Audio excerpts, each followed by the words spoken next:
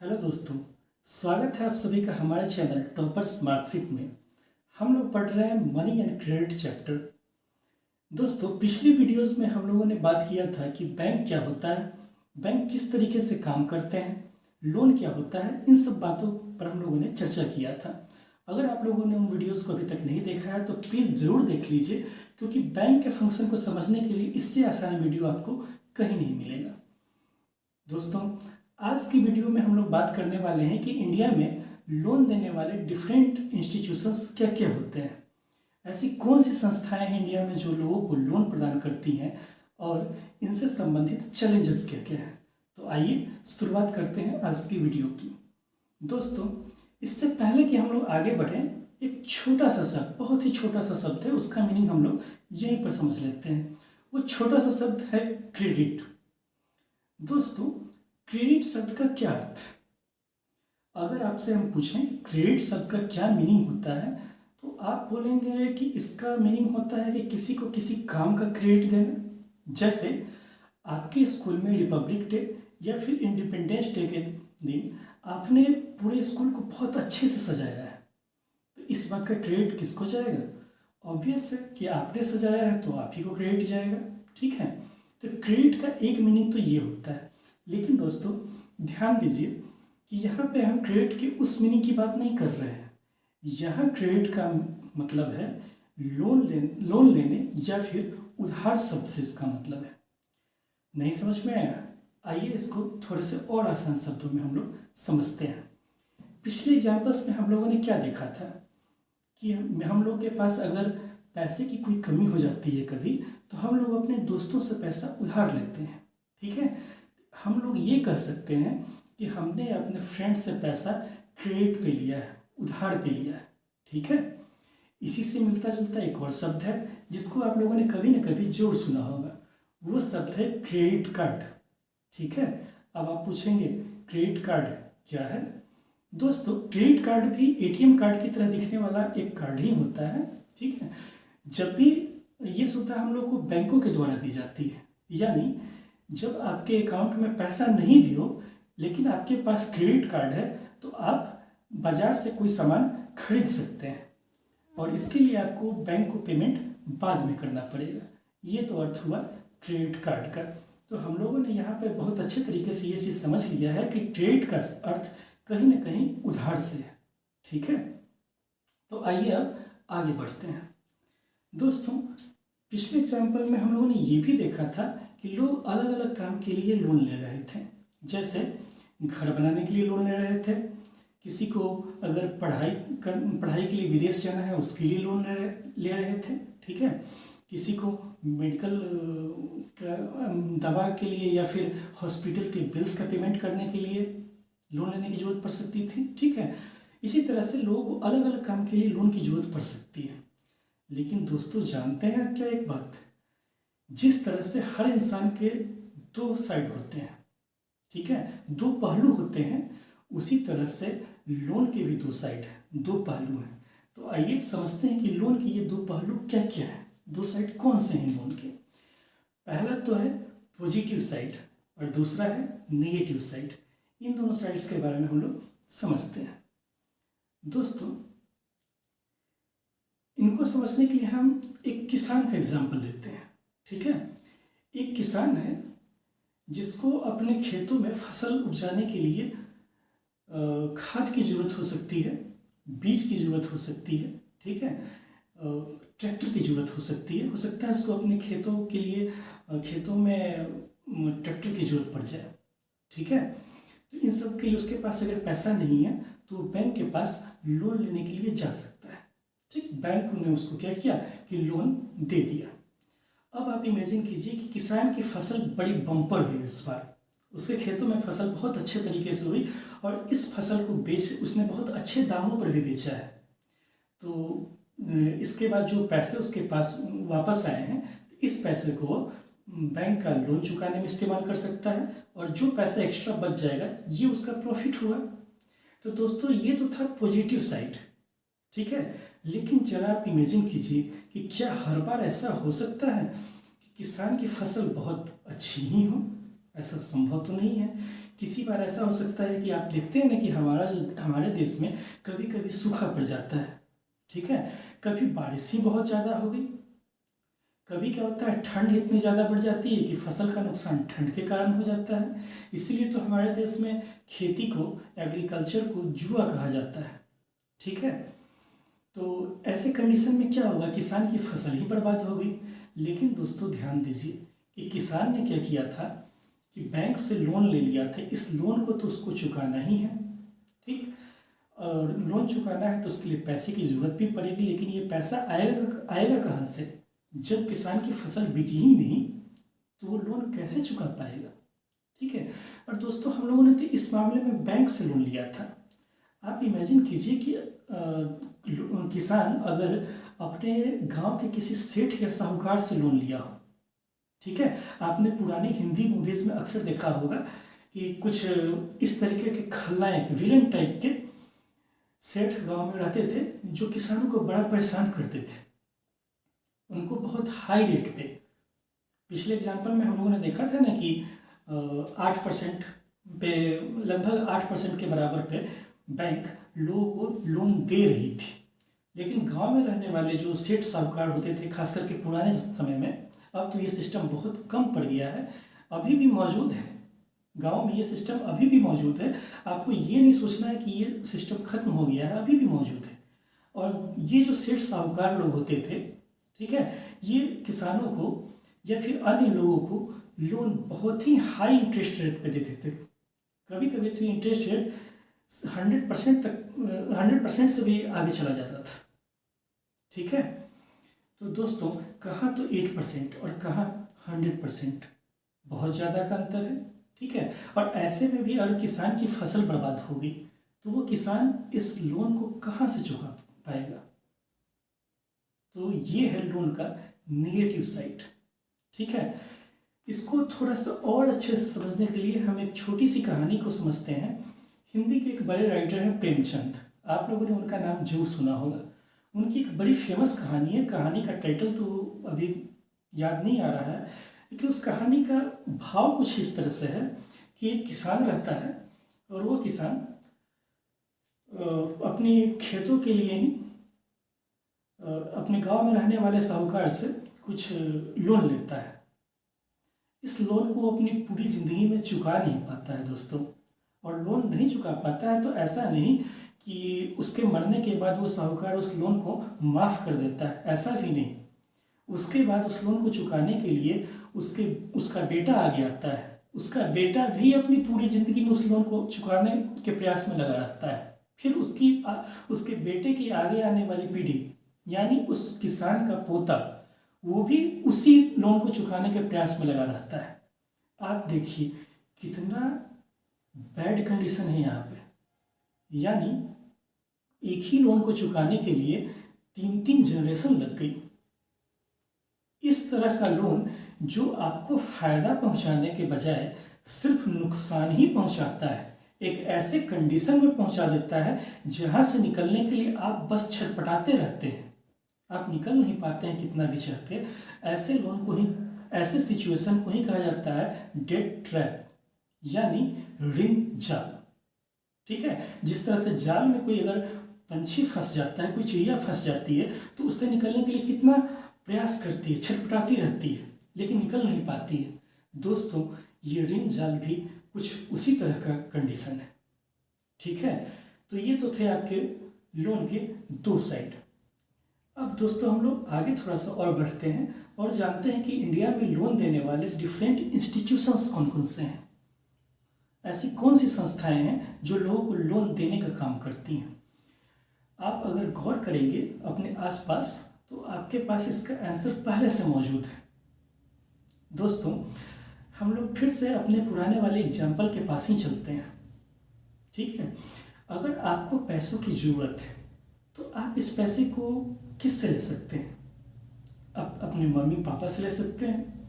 अगर mummy papa से कई बार पैसा नहीं मिल पाता है तो आप अपने दोस्तों से ले सकते हैं, अपने रिश्तेदारों से ले सकते हैं, ठीक है।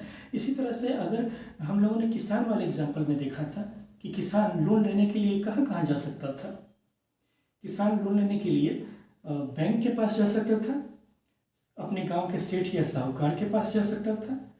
तो लोन देने वाले इतने अलग अलग लोग हैं, दोस्त हैं, रिश्तेदार हैं, सेठ है, साहूकार है, बैंक है, ठीक है, कोऑपरेटिव सोसाइटीज़ हैं।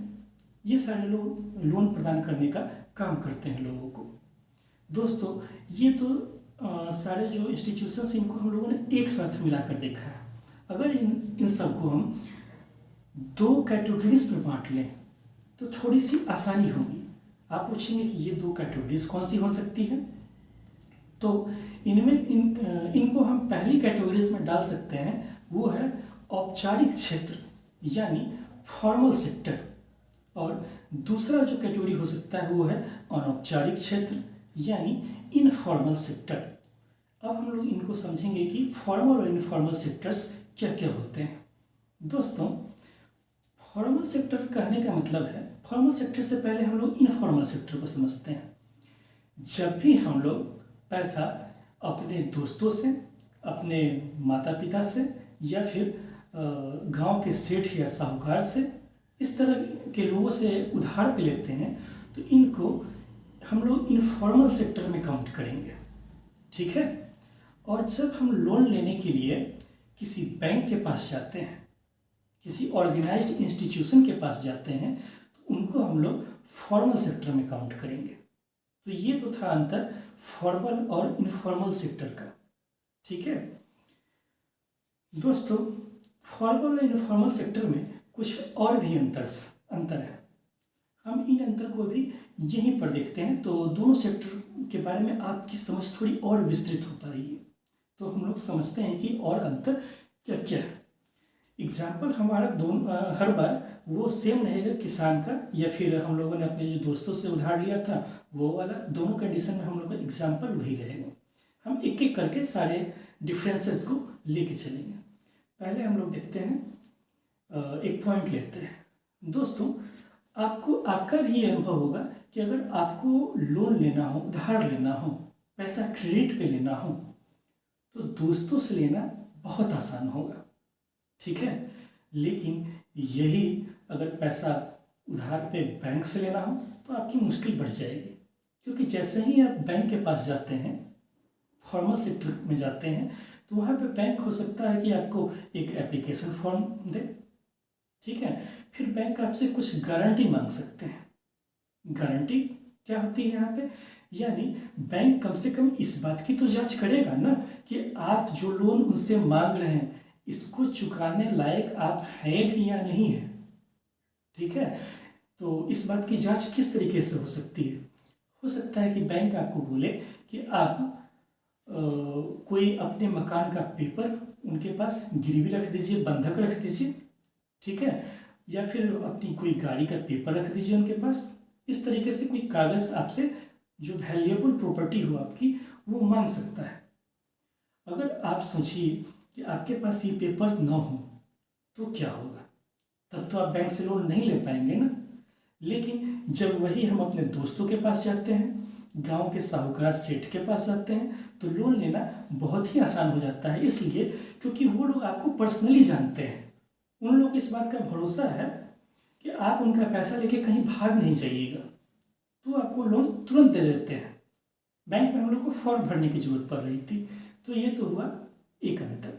दूसरा अंतर दोस्तों ये हो सकता है कि बैंक के मामलों में हम लोगों ने देखा था, यानी फॉर्मल सेक्टर में हम लोगों ने देखा था कि जो रेट ऑफ इंटरेस्ट था वो बहुत कम था, और 8 से 12% के बीच में ये इंटरेस्ट वैरी करता है। लेकिन जब हम इनफॉर्मल सेक्टर पे आते हैं तो रेट ऑफ इंटरेस्ट बहुत हाई हो जाता है। याद है ना वो कहानी जो हम लोगों ने अभी अभी सुनी थी, वो किसान वाली, जिसमें उसको बहुत ज़्यादा परेशानी हुई थी। तो ये भी एक अंतर है।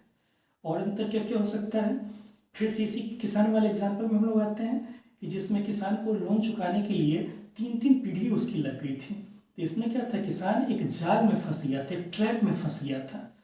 तो इनफॉर्मल सेक्टर के मामले में लोग इस जाल में फंस सकते हैं, लेकिन फॉर्मल सेक्टर में चूँकि इंटरेस्ट रेट ही कम है, ठीक है, और प्लस क्या है कि जितनी भी फॉर्मेलिटीज़ होती है वो एक पेपर पे आपको लिखित रूप में होती है।